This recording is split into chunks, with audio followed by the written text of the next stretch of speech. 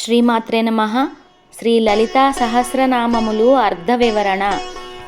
అనాహతాబ్జ నిలయ, అనాహత పద్మమునందు వసించునది అనగా హృదయస్థానమునందు.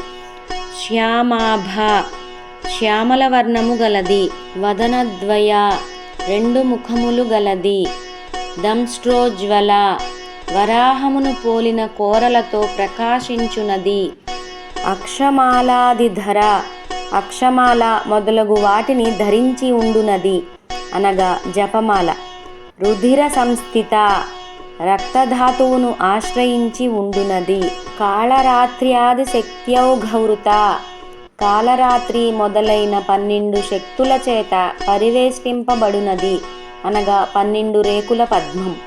స్నిగ్ధోదన ప్రియ, నేతితో తడిసిన అన్నము యందు ప్రీతి గలది.